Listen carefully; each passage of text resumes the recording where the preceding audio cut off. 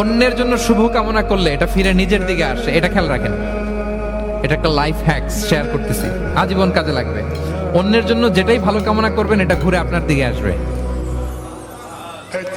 অনেকে বলে হুজুর ওর জন্য দোয়া করে আমার কি লাভ?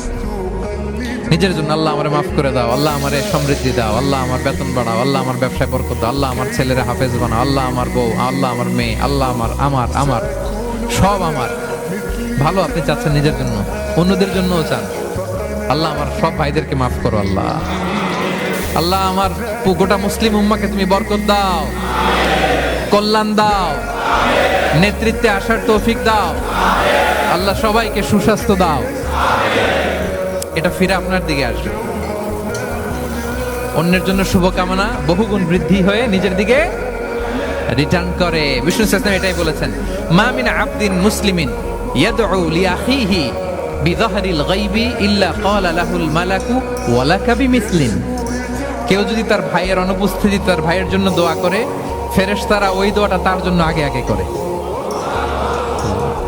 তাহলে অন্যের জন্য শুভকামনা করলে, দোয়া করলে লাভ না লস? ধরেন আমি মোশাররফ ভাইয়ের জন্য দোয়া করলাম যে আল্লাহ মোশাররফ ভাইকে তুমি সুস্থ করে দাও, তখন ফেরেশতারা বলে আল্লাহ যিনি দোয়া করতেছে তার যদি কোনো রোগ বালাই থাকে আগে তারে সুস্থ করে দাও। ধরেন আমি বেলায়েত ভাইয়ের জন্য দোয়া করতেছি, আল্লাহ বেলায়েত ভাইয়ের এই সমস্যা আল্লাহ তুমি দূর করে দাও, ফেরেশতারা বলবে আল্লাহ যিনি দোয়া করতেছে তার যদি এই সমস্যা থাকে আগে তারে এটা দূর করে দাও। ধরেন আমি দোয়া করলাম আল্লাহ আমার এই ভাই, আল্লাহ সে গরিব, তার অর্থের বড্ড অভাব, দারিদ্রতা, আল্লাহ তুমি আমার ভাইয়ের দারিদ্রতা দূর করো।